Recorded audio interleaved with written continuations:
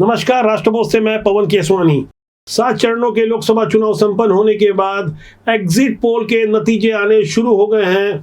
नतीजे अनुमानों पर आधारित होते हैं, नतीजे सर्वे पर आधारित होते हैं, नतीजे व्यक्तिगत बातचीत पर आधारित होते हैं और कुछ एग्जिट पोल के नतीजे तो सिर्फ टेलीफोन से ही तैयार होते हैं। 2023 के विधानसभा चुनाव के दौरान बड़ी बड़ी सर्वे एजेंसियों ने जो दावे किए थे वे पूरी तरह से गलत साबित हुए। खासकर छत्तीसगढ़ के मामले में नामी गिरामी 10 एजेंसियां ये दावा कर रही थी कि किसी भी सूरत में छत्तीसगढ़ में भारतीय जनता पार्टी की सरकार नहीं बनेगी, लेकिन फैलोदी का सट्टा बाजार दावा कर रहा था कि छत्तीसगढ़ में भारतीय जनता पार्टी की सरकार बनेगी, 50 से 52 सीटें मिल सकती है। आखिरकार छत्तीसगढ़ में वही हुआ जैसे फैलोदी के सट्टा बाजार ने दावा किया था।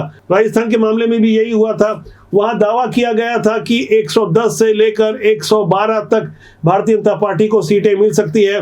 आखिरकार राजस्थान में 115 सीटें मिली और राजस्थान में भारतीय जनता पार्टी की सरकार बनी। कुछ लोग इसे तुक्का मान सकते हैं, लेकिन फैलोदी के सट्टा बाजार के अलावा मुंबई का सट्टा बाजार, इंदौर का सट्टा बाजार, तमाम वो ऐसे सट्टा बाजार हैं जहां तुक्का काम नहीं करता। नतीजे एकदम सटीक कैसे आते हैं यह भी एक शोध का विषय है। लेकिन यह गौर करने वाली बात यह है कि जिस तरह से पूरे देश भर में टीवी चैनल्स में अलग अलग न्यूज एजेंसियां दावा कर रही है सरकार किसकी बनेगी, किसको कितनी सीटें मिल सकती है, लेकिन उससे पहले हमें समझना होगा कि 2004 से लेके 2019 तक जितने भी लोकसभा चुनाव हुए उन आम चुनाव में ये एग्जिट पोल के नतीजे क्या रहे थे। आप ये जान के हैरान हो जाएंगे कि एग्जिट पोल ने जो दावा किया था उससे एकदम अलग नतीजे आए। फिलहाल 2024 में जिस तरह से हाईटेक सर्वे हुआ है और दावा किया जा रहा है कि हमने इतने लाख लोगों से बातचीत की, हमारा नतीजा एकदम सटीक है। एक दूसरे को कम बताने वाली ये समाचार एजेंसियां कसौटी पर कितनी खरी उतरती है ये तो 4 जून को ही पता चलेगा। लेकिन उससे पहले इन एग्जिट पोल की विश्वसनीयता के बारे में जानना समझना बहुत जरूरी है। उसके बाद मैं सही परिणामों पे आऊंगा। भारत में एग्जिट पोल की शुरुआत 80 के दशक में हुई थी और तब से लेके हर बार सर्वे के आधार पर अंदाजा लगा लिया जाता है कि किसे बहुमत मिल रहा है और किसे नहीं। यदि मैं बात 2004 की करूं तो सभी न्यूज एजेंसियों ने इंडिया शाइनिंग का नारा देने वाली एनडीए यानी अटल जी के नेतृत्व वाली सरकार को पूर्ण बहुमत का अनुमान लगाया था। लेकिन जब रिजल्ट आया तो एनडीए को 200 सीटें भी नहीं मिली, जबकि इस दौरान लगभग ज्यादातर एग्जिट पोल गलत साबित हुए। वहीं यूपीए ने इस चुनाव में 222 सीटें हासिल की थी। एग्जिट पोल ने भाजपा के नेतृत्व वाले एनडीए को निर्णायक जीत का पूर्वानुमान लगाया था और 240 सीटों की भविष्यवाणी की थी, जबकि रिजल्ट में भाजपा को केवल 187 सीटें मिली थी। तब कांग्रेस और उसके सहयोगी 216 सीटें जीतने में सफल रहे थे। जबकि 2009 में भी लोकसभा चुनाव में सर्वे कराने वाली एजेंसियों के दावे अधिकतर फेल साबित हुए थे। एग्जिट पोल के अनुसार 2009 में यूपीए को 199 और एनडीए को 197 सीटें मिल सकती है, यह अनुमान लगाया था। लेकिन रिजल्ट में यूपीए को 262 सीटें मिली थी और एनडीए को 159 सीटें ही मिली थी। लोकसभा चुनाव 2009 के परिणाम में कांग्रेस को 206 और भाजपा को 116 सीटें मिली थी।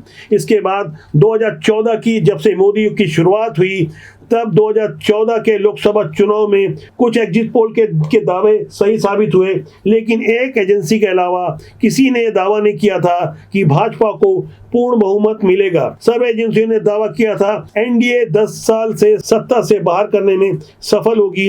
उस वक्त एग्जिट पोल में कांग्रेस को करीब 100 सीटें मिलने का दावा किया था, लेकिन जब रिजल्ट आया तो कांग्रेस को मात्र 44 सीटें मिली। 44 सीटों पर कांग्रेस सिमट गई। वहीं भाजपा को अनुमान से अधिक 282 और एनडीए को 336 सीटें मिली थी। अब बात पिछले लोकसभा चुनाव यानी 2019 की। 2019 के लोकसभा चुनाव में अधिकतर एग्जिट पोल के अनुमान सही साबित हुए थे। ज्यादातर एजेंसियों ने भाजपा के नेतृत्व वाले एनडीए गठबंधन की जीत की भविष्यवाणी की थी। लोकसभा चुनाव 2019 के नतीजों पर अधिकतर एग्जिट पोल के आंकड़े सही साबित हुए थे। लोकसभा चुनाव 2019 के परिणामों में एनडीए को 543 में 553 सीटों की बम्पर जीत मिली थी। इसमें भाजपा ने अकेले अपने दम पर 303 सीटों पर जीत हासिल की थी। वहीं 2019 में कांग्रेस के नेतृत्व वाली पूरी यूपीए को कुल मिलाकर 91 सीटें ही मिल पाई थी। अब बात 2024 की, जिसके एग्जिट पोल के परिणाम भी आ चुके हैं। अब की बार लोकसभा चुनाव के अलावा आंध्र प्रदेश, अरुणाचल प्रदेश, ओडिशा और सिक्किम में विधानसभा के चुनाव भी हुए हैं।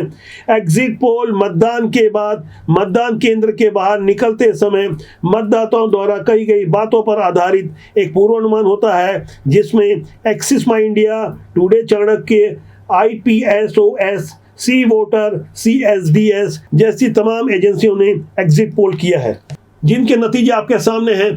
पूरा देश देख रहा है कि ये एग्जिट पोल किस तरह से काम करते हैं। कई बार एग्जिट पोल फेल हुए हैं, लेकिन जब से मोदी युग की शुरुआत हुई है 2014 के बाद 2019 में जिस तरह से अपने दम पर पूर्ण बहुमत की सरकार भारतीय जनता पार्टी ने एनडीए के साथ मिलकर बनाई, तो यहाँ कुछ भी हैरानी वाली बात नहीं है कि 2024 के परिणाम क्या होंगे। भारतीय जनता पार्टी ने जहाँ 400 पार का नारा दिया था, ये नारे कितने सार्थक हुए। अलग अलग राज्यों में जिस तरह के एग्जिट पोल हुए उसे भी हमें समझना होगा कि किस तरह से पिछले लोकसभा चुनाव में राजस्थान में जहाँ 25 में 25 और मध्य प्रदेश की 29 में से 28 सीटों पर भारतीय जनता पार्टी ने सफलता हासिल की थी। हरियाणा में 10 में 10, दिल्ली में 10 में 10, गुजरात में 26 में 26, बिहार में 40 में 39। ऐसे मेरिट वाले परिणाम हमेशा नहीं मिल सकते, लेकिन हकीकत क्या है इसे भी हमें समझना होगा। एग्जिट पोल से कहीं आगे सट्टा बाजार क्या कह रहे हैं, इस पर मैं आने वाले लगातार 3 दिनों में आपको एकदम सटीक जानकारी दूंगा।